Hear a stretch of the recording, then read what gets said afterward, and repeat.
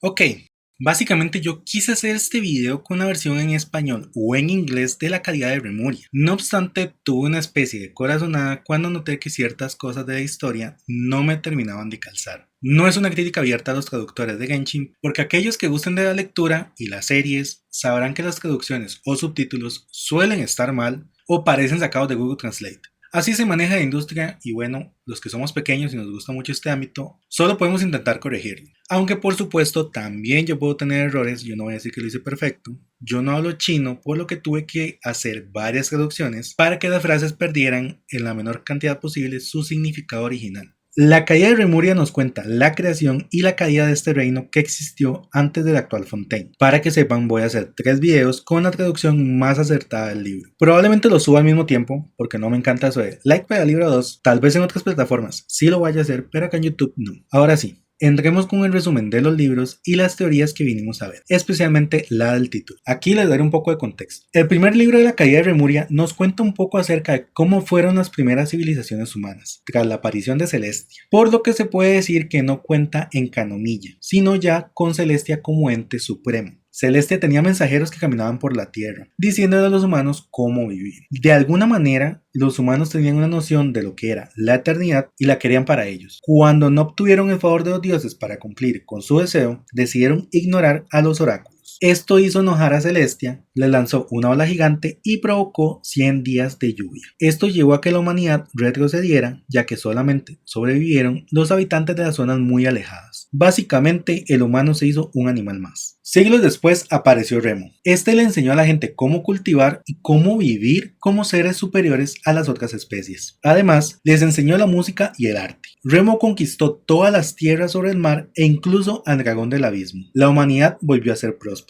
En la versión en chino, hay una frase que a mí personalmente me parece un desastre no haberla traducido bien. Los profetas del Rey Divino hicieron deshonestas predicciones de que el imperio más próspero también marcaría el comienzo de la destrucción más completa y que este era Fortuna. Para evitar esto, Remo aprendió los ciclos y los flujos de la tierra para que su reino no pudiera ser destruido. Y la frase final, Agros, si estás viendo esto, le aplicaron un My Poor Little Angel. Las cosas vienen y van, nada dura para siempre. El segundo libro nos cuenta cómo era Remuria y que Remo creó una torre enorme para guiar a los barcos que quisieran llegar a su reino. Ignoró a los oráculos. También nos dice de cómo era el interior de la ciudad real, que en español sinceramente siento que perdió su majestuosidad porque la pintan como una ciudad más cercana a la ciudad del pecado que a la ciudad real. Remo, desde su trono, escuchaba cada nota de su imperio y ajustaba hasta el más mínimo desafine. Para evitar que la propia humanidad se desviara, Remo ascendió a 4 hombres y les otorgó poder y autoridad sobre Remuria. Los hizo sus cosoberanos para que pudieran eliminar todas las voces disonantes. Más abajo nos relatan que el destino utiliza aquello que se creó con el fin de evitarlo para hacerlo cumplir. El destino de Remuria era inevitable y se repite la misma frase final. Las cosas vienen y van, nada dura para siempre. El tercer libro relata la destrucción de Remuria, tan repentina que hasta parece basada en Atlántida. Un día, simplemente la tierra bajo sus pies se desmoronó y los lanzó al mar oscuro, con todas sus riquezas, conocimientos y arte consigo. Entonces aparece Heria, que aquí solo se dice que cuando los humanos sobrevivientes estaban recayendo en el barbarismo y en la destrucción, ella medió entre ellos y creó nuevas ciudades alrededor de las aguas. También se menciona que su estado estaría basado en las leyes estipuladas por los dioses, en este caso Celestia. Pulteney hace una aclaración que en español no existe y es que considera que los demás escritos están basados en supersticiones y creencias fantásticas que no pueden ser verificadas y pone de ejemplo los golems, que popularmente se creía que los hechiceros de Remuria robaban almas, las sellaban en los golems para así poder manejarlos. Y sí, aunque sí se crearon golems, no fue con esa intención y tampoco robaban almas. Al final, cierra con la misma frase: las cosas vienen y van, nada dura para siempre. Para mí, personalmente, es bastante claro que fue así. Pulteney está contándonos que Remuria no fue destruido por el destino. Remo hizo todo lo posible para leer a Teyvat y sus desastres naturales, por lo que considero que siendo un rey tan poderoso, era imposible que un terremoto pudiera destruir la ciudad de un día para otro. Punto y aparte, hay un personaje muy querido que domina el geo y que, para ese entonces, ya existía en Teyvat. No quiero ir por ese camino, pero hay que aceptar que la posibilidad es latente. En la versión en español sí intentan meter así como camuflada cómo apareció Heria, pero en chino ella simplemente aparece y empieza a mediar entre dos pueblos. Yéndonos por este hecho, hay 4 orígenes posibles de Heria, varios de ellos como posible humana ascendida. En Antes del Sol y la Luna se nos narra cómo Phanes trajo a los humanos a Teyvat y cómo venció a los dragones soberanos para poder otorgarle este reino a sus humanos. La caída del segundo descendido, Celestia, ocasionó un enfrentamiento entre Phanes y la diosa descendida y causó que Celestia fuera la nueva gobernante. Y el libro que narraba cómo se crearon los humanos y cómo apareció Phanes fue completamente prohibido. Esto para evitar que se supiera la existencia del primer descendido. Pues bien, con esta información vienen 2 posibles orígenes de Heria.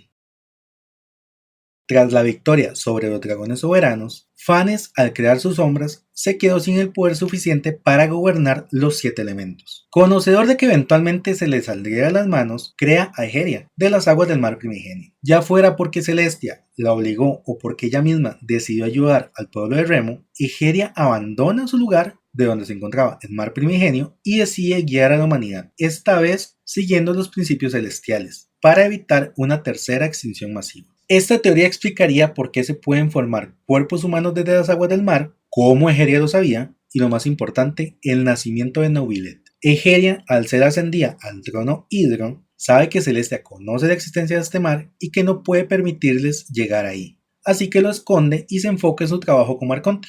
Los dragones soberanos nacían de alguna manera, así que en esta línea, el mar, al no tener protección, o incluso con la protección de Egeria, da origen a Neuvillette, con el modelo utilizado la última vez que se usó su agua para dar vida, los humanos. Egeria sabe de su existencia, se la cuenta a Focalors y es cuando esta última decide devolverle su autoridad cuando llegue el momento. Esta es la más corta, es muy similar a la anterior, pero en esta, Egeria no es creada por Phanes, sino que las aguas hicieron nacer a su diosa o protectora. Egeria habría vagado por el mundo y escuchado la campana de la Torre del Cielo. Así, avanzó en esa dirección hasta que la campana fue silenciada. Eventualmente encontró las islas y tomó su papel que ya conocemos. La aparición de Neuvillette tendría una explicación muy similar a la anterior, con la diferencia de que Fócalos y Egeria no conocen la existencia de Phanes, ni saben que este básicamente se robó la autoridad sobre Hydro. Sabemos que Celestia tiene un problema de autoridad. Cada vez que los humanos la retan, esta quiere destruirlos a como der lugar. Khaenri'ah, Ping-Nadir, a pesar de que este último no la retó como tal, aún no nos queda claro quién ocasionó la cima, Encanomiya, etc. Así, Celestia habría enviado a 2 dioses, uno Geo y uno Hydro, a que destruyeran la ciudad eterna y cumplan sí o sí su profecía. Eventualmente los humanos volverían a querer colocarse como una especie superior, así que Egeria se le asigna liderarlos. Esta vez con el entendimiento de que nadie está por encima de Celestia, ni los dioses, ni mucho menos los humanos.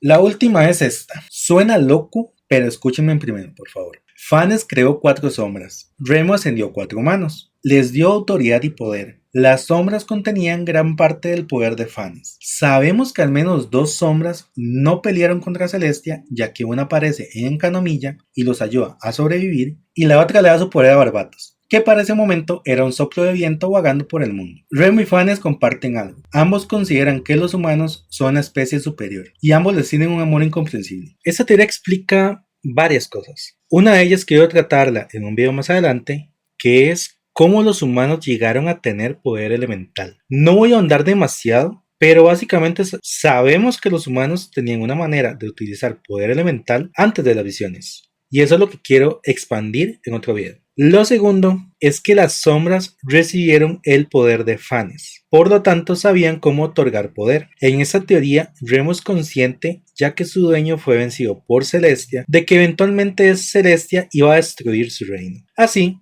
le da poder a 4 humanos y al menos uno de estos logra escapar. Celestia cumple su plan de destruir Remuria y una nueva diosa aparece para guiar a los humanos sobrevivientes. Pero esta sí parece entender que Celestia es la que manda y que sus instrucciones son la ley, así que le permiten serlo. Esto también explicaría el espíritu de rebeldía de Heria y la propia rebeldía de Fócalos ante su nueva jefa, queriendo retornar el poder a sus dueños originales. Para ser sincero con la información actual, cualquiera de las cuatro opciones puede ser completamente posibles, pero a criterio propio, a pesar de ser la más loca, me quedo con la cuarta, aunque le haría unos cambios que se van a explicar en la última teoría, que es probablemente por la que todos estén acá y quizá algunos hayan saltado hasta esta parte y los devolví solo para que se aguanten un poquito más. Yo no quiero usar palabras bonitas o rebuscadas para explicar esto, pero sí quiero aclarar por qué considero que es correcto y no es un clickbait. Su amor por los humanos. Los humanos vienen desde fuera de Teyvat. El cómo los creó fans y en qué se basó, eso es un tema que veremos en otro video. Pero sabemos que existen fuera porque están dentro del universo Honkai. Remo considera a inicio a los humanos como la especie superior sin más, cuando quedan claro que en ese momento eran solo un animal más, gracias a las acciones de Celestia. De hecho, esta última parece realmente odiarlos.